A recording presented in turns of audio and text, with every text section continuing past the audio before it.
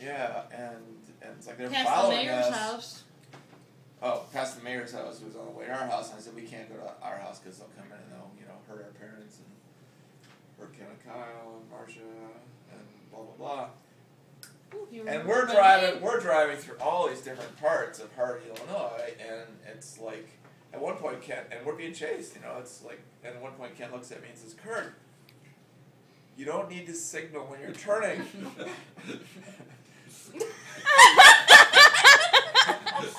Because we're trying to lose these guys. Because I'm driving 60 miles an hour and like, turn.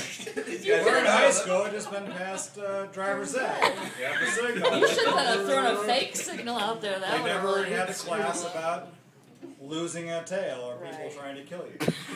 So our plan was to head. My plan was like, let's head to the police station because if we get out of the police station, at least we got a 20-yard run before we might live to get into the police station, and then we got a 50-50 chance we'll be alive when we get into the police station if we get.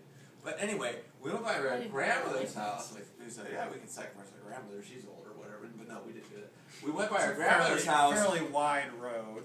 And we knew that we had the advantage that we knew the area and they didn't. You thought. Well, no, it turned out to be the case.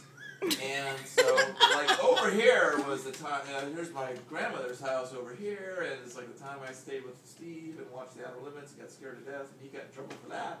And because he was out playing basketball. But the good news is he was out playing basketball at a place I knew, and I said, we're going to do this maneuver. So I stopped. They passed us. We're not there yet. No. I came up. I came by my grandmother's house and I said, you know what? We're going to do this maneuver. And they went by us, and I backed up. I backed up, and I went this way down an alley that had an alley to an alley. And it's like by the time they figured out what was going on, because I knew those alleys, we were able to seemingly lose him, but we didn't know for sure. So I raced back home, and you recall that there was a section here between our house and Stella's house. I said, well, we got to be careful. We can't put the car in front because if they come to get us, they'll see the car, they'll come in and they'll kill all of us.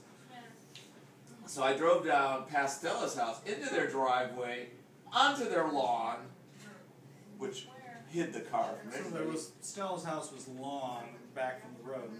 The driveway parallel it, the garage was right there, and then there was a little yard that was right behind. And I actually pulled onto their lawn so that they couldn't see it because we didn't know how close they were. Sideways at about 40 miles an hour. And then we raced out of that car to the back door, the same back door that I ran in when Kyle said Kurtzman shot. And we're racing in, and we slammed the door shut, locked it, and Ken and I are talking. We're looking. I don't think he saw us. And then Kevin can pick it up from here. I'm by myself at 1 o'clock in the morning in the living room. Everybody's asleep, and I'm watching this movie called The Tingler. Thank you. What's that about? If you don't know what it's about the idea that when people are afraid, that you kind of like go, get real stiff. And that there's actually some physical thing that is on your spine that stiffens you up into that position. And when you scream, you release it. So this mad scientist comes up with the idea that if you could find somebody that cannot say, is mute, that cannot say anything, and if you scare them, this thing is going to crush their spine and it will kill them. So they do this experiment where they scare this mute woman to death. She can't release her thing, and the tingler thing that grows on her spine is like crushes her and she dies. So they take her body into an operating room and they cut her open and they pull this thing out of her body that's the tingler that actually killed her, and so they could study it. But the thing then takes on a life of its own and starts reproducing, and there are these long spine ganglia things that are now like chasing people. I mean, like you're running, and things going. But there's so many. They're in the trees and they're dripping and they're falling down, and and then it's like, and they got this big shock value thing that they did back then of, well, and they're like, and these people that are running from it, it's taking over the town because there's thousands of them that are killing, and you can only really, save yourself by screaming, and there, these two people that are running away run into a movie theater, because supposedly you're watching this in a movie theater. And they run in, and then there's tinglers all over the place and crawling around, and the only way you can save yourself is to scream, so everybody in the theater scream! And it's like, and I'm sitting there by myself.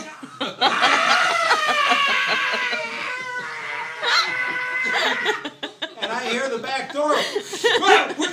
Whoa, bam! What? Do you see anything? I don't see anything. Do you see anything? I don't see anything. Do you see? I think we lost him. And I'm like, what the hell is that? And I get up and like go to the back, to the kitchen, bring the seat down to the back stairs, and Kurt and Ken are there looking out the back window going, you see him? I think we lost him. I think we lost him. I think we lost him. Do you think? No, I don't think we did. No, I don't either. And I'm like, what's going on? And they just run past me into the living room where I just was. And I'm like, I follow them, and they're at the front door going, do you see him? I don't see him. Do you see him? I don't see him. I think we lost him. I think we lost him. You think we lost him? No, I don't think we really did.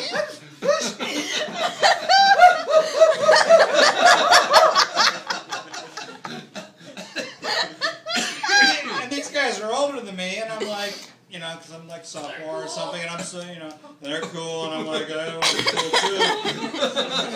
So, what's going on? Is everything cool? And then at that point, they kind of realize that nobody is coming to kill them with bad chains and things.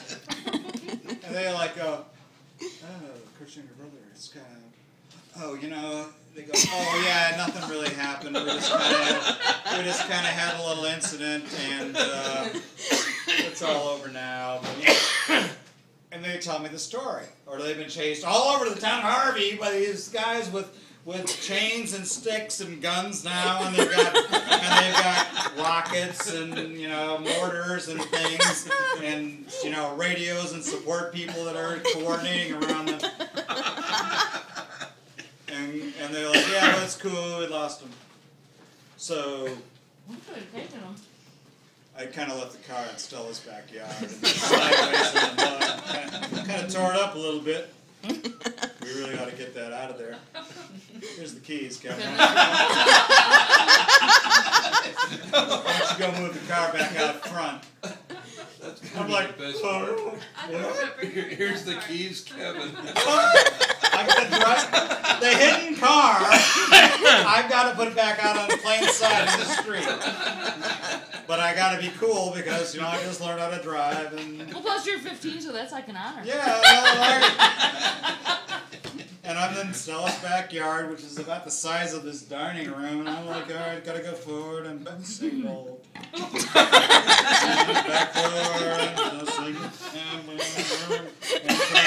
and drive out. And you can't park inside the streets, you gotta go park in.